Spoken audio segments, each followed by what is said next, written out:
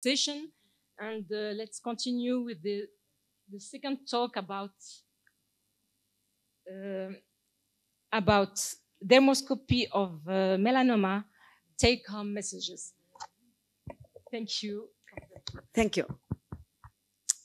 The same conflicts of interest and the collaboration with different entities that give us funding.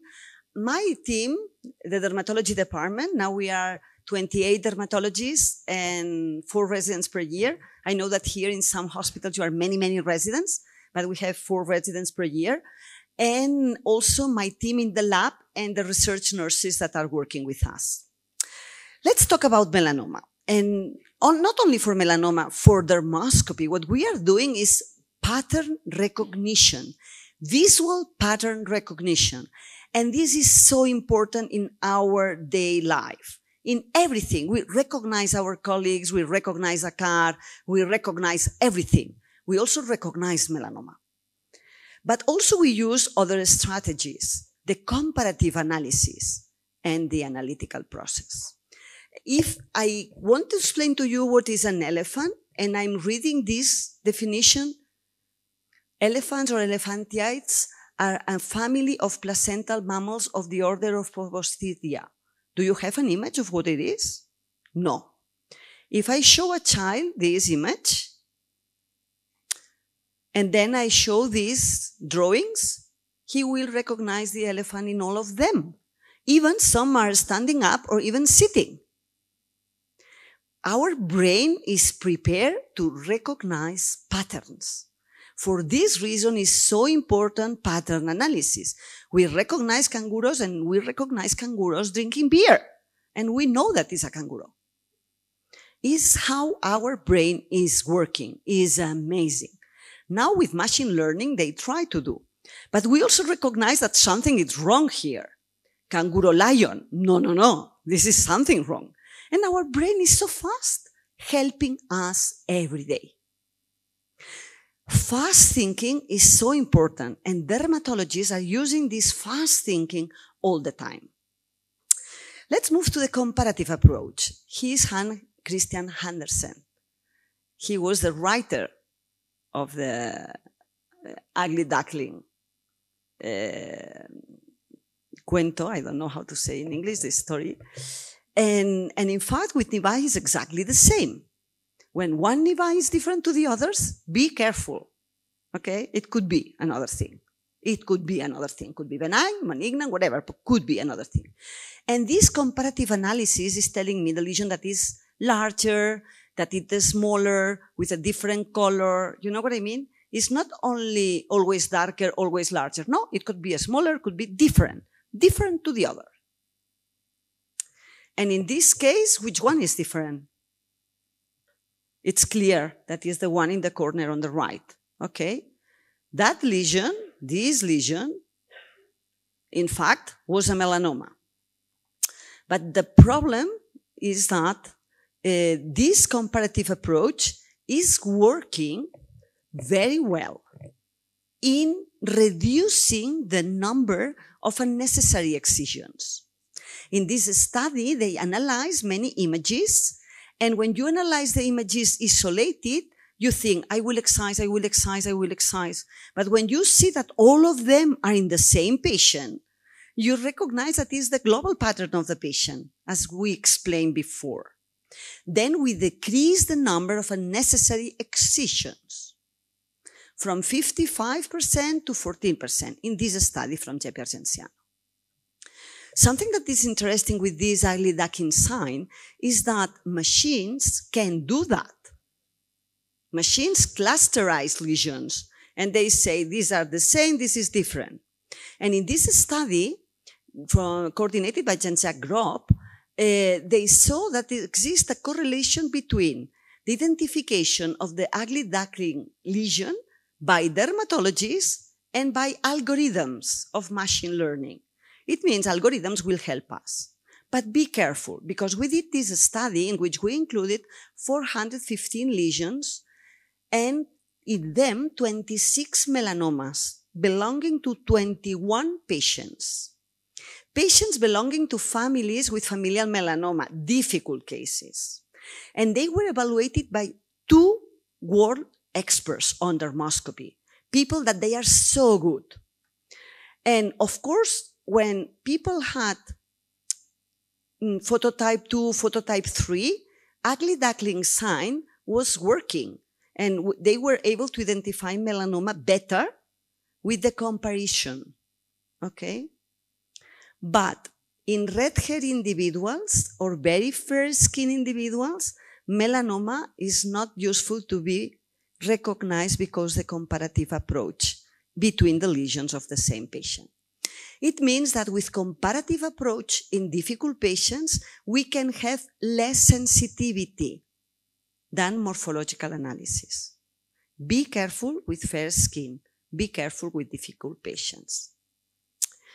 Because something that is also true is that we can have the wolf that try to be the grandmother. It means the melanoma that mimic nevi. The patient that I showed to you before also had this lesion here. And this one was the invasive melanoma. You recognized previously, I will go back, this one, but you didn't think that this is also a melanoma. And the dark one was an in situ melanoma, and the pink one was an invasive, early invasive melanoma. And we diagnose why? Because we use dermoscopy and digital imaging. I will show to you. For this reason, it's so important monitor patients with many nevi and risk at melanoma. And we monitor because if the lesions are stable, they are benign. And when the lesions change, they can be melanoma. Okay? And something that is very important is that on dermoscopy, before the change, we cannot differentiate benign nevi from melanoma in early stages. As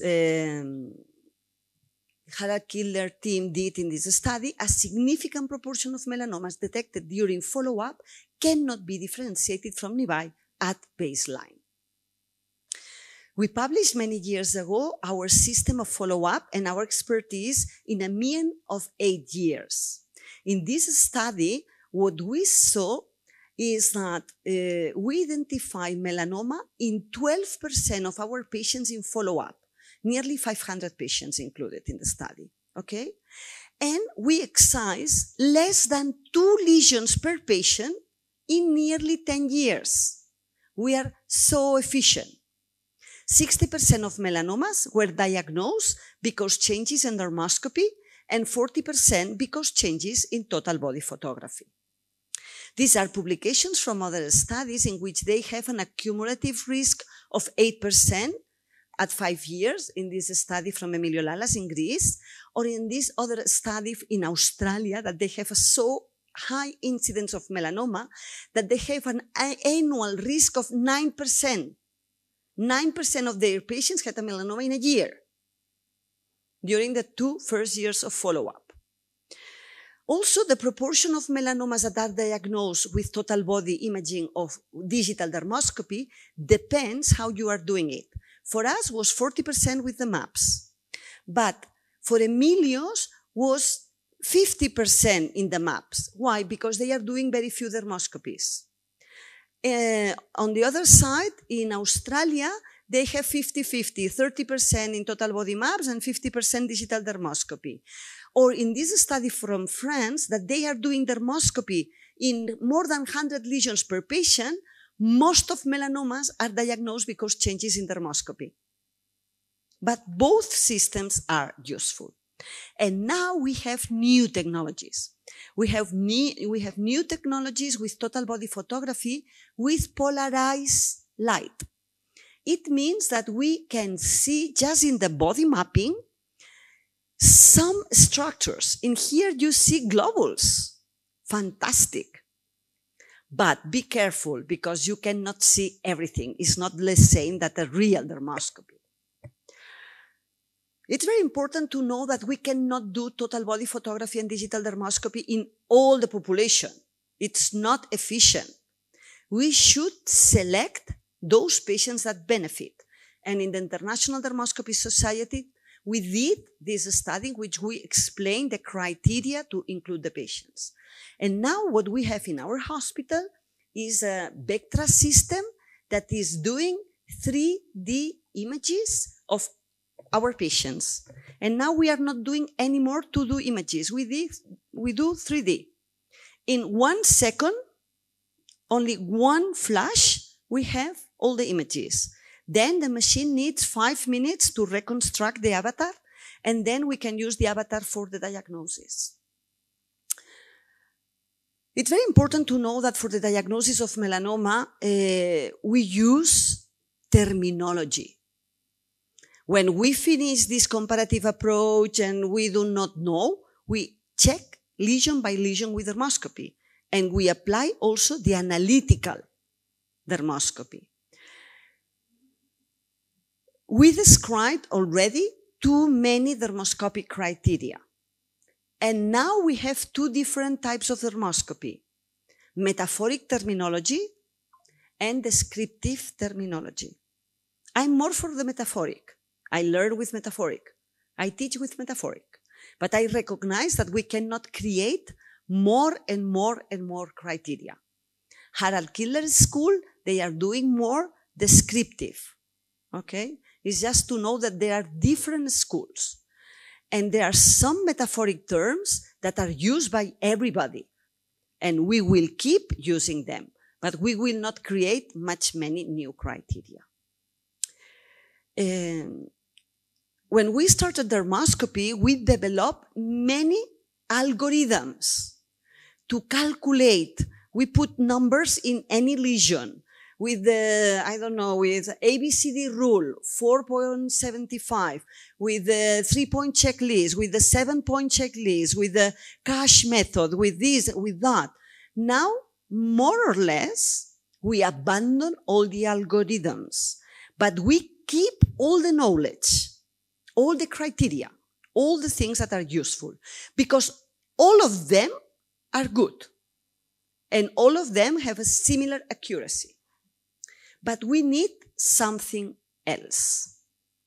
Even dermoscopy allows us to identify mini melanomas. What are mini melanomas? Small diameter melanomas. Some pathologists said that melanoma should have at least 5 millimeters in diameter, but we have many melanomas less than 4, and we publish them.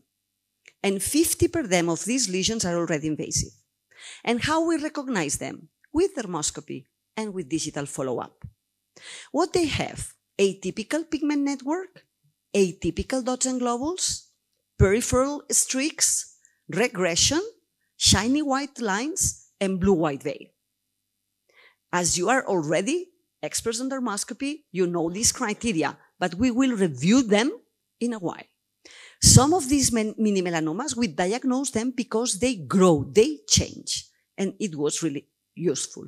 Or they were new lesions in total body mapping. Okay, when we finish this pattern recognition and this comparative analysis, we will focus real in pattern analysis of the lesion, not the person, the lesion. First, the global pattern. We look for symmetry, colors. A lesion that is symmetric and only one color and not any other criteria is benign.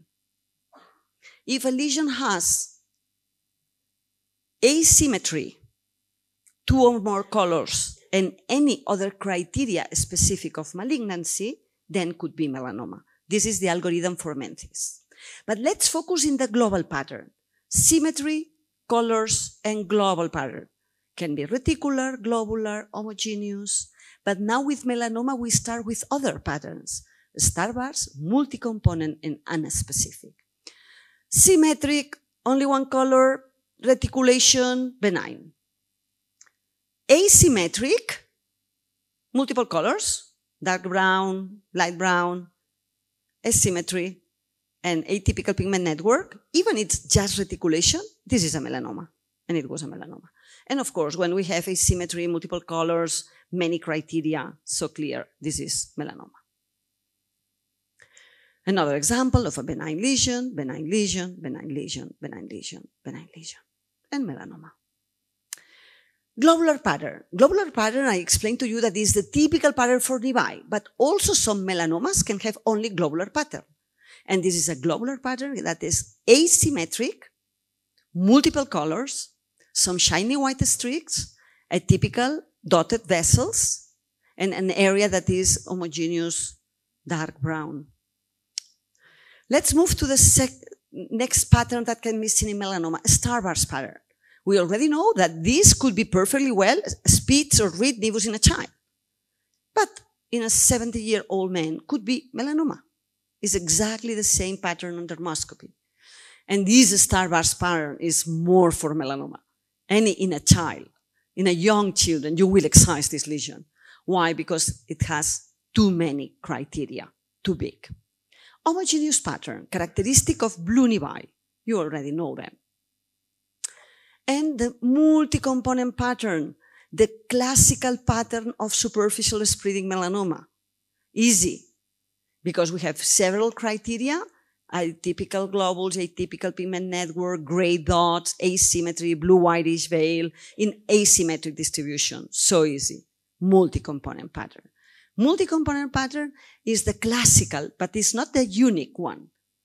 Okay? And for early diagnosis, we need to diagnose before a multi-component pattern appears.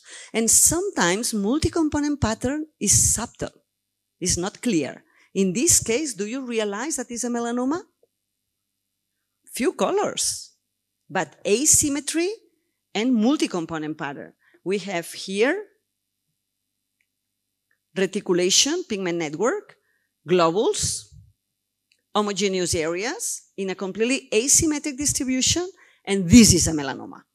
It means sometimes it's more difficult, especially in fair-skinned people.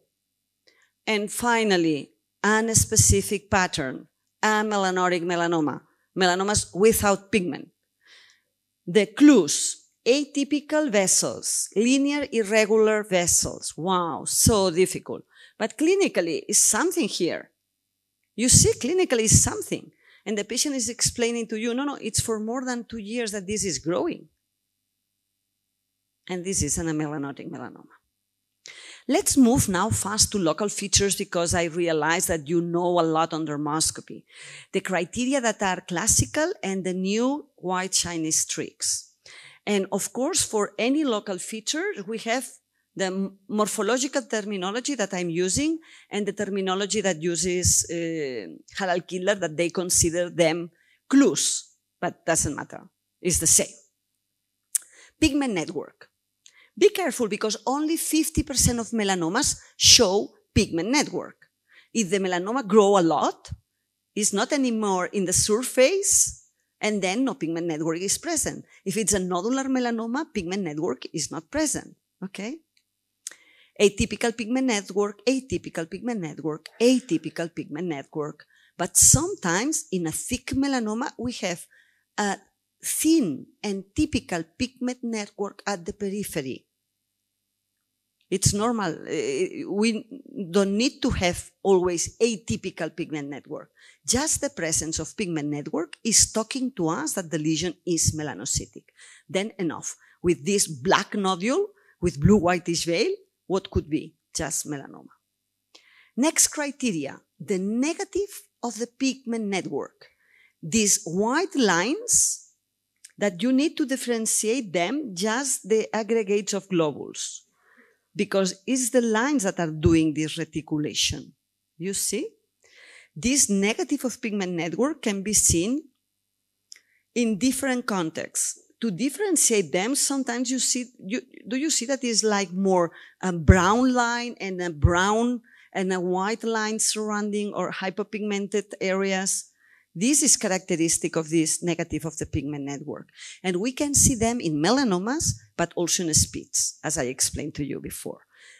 Sometimes, but very rare, in a typical nevus, but for sure is a lesion that we will excise. We did a study in which we included nevus de novo melanomas de novo and melanomas arising in a nevus. And we were able to identify criteria that are associated to melanomas arising in a nevus. And one of the criteria is the negative of the pigment network with an odds ratio nearly to 10. If we see a negative of the pigment network in a nevus, it's 10 times more possible that it's a melanoma arising in a nevus than a melanoma de novo. Okay. Also, other criteria associated to melanomas arising in a nevus are the presence of globules and the presence of projections. And here, an example of a melanoma arising in a nevus with a negative of the pigment network, with globules, with the streaks at the periphery. And on contrary, the presence of blue-white veil was associated to melanomas de novo, as you can see here. The negative of the pigment network then identifies the peculiar melanoma subtype that is associated to a nevus in young adults in the trunk. Other criteria, pseudopods and radial streaming, we already talked to them in SPIDs, and they correspond to the superficial area of growing of the tumor. They can be present in benign lesions, but be careful because they can be in melanoma, and we excise these lesions. More images of these bulbous projections at the end of the reticulation, always connected to the central part of the tumor, and irregular streaks in melanoma. Dots and globules. We saw many brown globules in benign lesions, but in melanoma, as nest can be of different size, with a different amount of pigment, very superficial, very deep, we have crazy globules. Globules of different colors, different size, different situations that correspond to this histopathology. Sometimes we see these brown dots very well defined. That means that they are very up and they are in fact pagetoid growing cells with pigment. Blue-whitish veil, deep pigmentation that do not allow us to see any other structure, usually correspond to this deep nesting and hyperkeratotic stratocorneum. Sometimes we can see, this is blue-whitish veil, usually in areas of invasive melanoma, thick melanoma. Regression structures also give the blue color, peppering. You already know very well them. They can be combined with white or blue. And in here we see blue regression structures and white regression structures. Another criteria, blotch. I explained to you in nevus the black lamella, but melanomas also can produce a lot of melanin, and they can have areas of black color. If this black color cannot be removed or is very asymmetric, be careful because it could be melanoma, diffuse black blotch in a melanoma, or localized blotch in melanoma. Vessels. I explained to you that in dermal nevi we see coma vessels, but in melanoma we see a completely different type of vessels. Flat melanomas, amelanotic melanomas, dotted vessels, and thin, linear, irregular vessels. Dotted vessels are talking about melanoma or spitzoid tumors. Again, another spit tumor with negative of the pigment network, shiny white streaks, and dotted vessels. Polymorphous vessels, more typical in melanomas that are more thick. Longer vessels, thicker melanoma. And in here, crazy vessels. Polymorphous irregular vessels, another nodular melanoma, fast-growing melanoma. Any time that you think, I'm not sure what it is, and it's a nodule, you should excise it immediately. Because if it's a melanoma, can grow 1 millimeter in 1 or 2 months. And finally, milky red areas. They are areas in which vessels are not very well defined because neoangiogenesis in melanoma is deep, as you can see here, white color and red. And the last type of vessels in melanoma are these coiled vessels or corkscrew vessels, characteristic of metastasis. As you can see here, a patient with a previous melanoma, and all these small lesions appear in one arm. The doctor, family doctor, thought that it was an herpes zoster, but on dermoscopy, you see these corkscrew vessels, characteristic of metastatic melanoma. The new criteria that was described associated to malignancy, shiny white streaks. Today you explain shiny white streaks also in inflammatory skin conditions. These shiny white lines can be only seen if you use polarized light dermoscopy. And in this study that we published, we saw that they are associated with malignancy with an odds ratio of 10 in a tumor. That the presence of shiny white streaks is associated with invasive melanoma with an odds ratio of 10, and also it's associated with thicker than 1 millimeter with an odds ratio of 4.4. It means that if you see shiny white streaks, be careful. If the lesion is melanocytic, could be melanoma, invasive melanoma, and thick melanoma. But you need to know that shiny white streaks can be in other tumors, basal cell carcinomas, squamous cell carcinomas, and in 50% of dermatofibromas, many dermatofibromas. This is an example of a basal cell carcinoma with shiny white streaks. And this is an example of a melanoma with another criteria that you can see only with polarized light, rosettes, characteristic of actinic keratosis, also present in some inflammatory skin conditions as we saw this morning, and sometimes present in some melanomas. This is the final of the multi-component pattern, and all the criteria: atypical pigment network, dots and globules, homogeneous blue, irregular streaks, atypical blotch, regression structures, blue-whitish veil, and atypical vessels that give us the diagnosis of melanoma. Dermoscopy in the diagnosis of melanoma is based on comparative approach, pattern analysis with global pattern, asymmetry, and colors, and then the cognitive approach is needed in difficult lesions in which we use local features and new features and rules. And thank you very much for your attention. Thank you very much. And of course, please don't forget to come, if you can, to our Gold Congress in Buenos Aires. And if not, you can be online, and I'm pretty sure it will be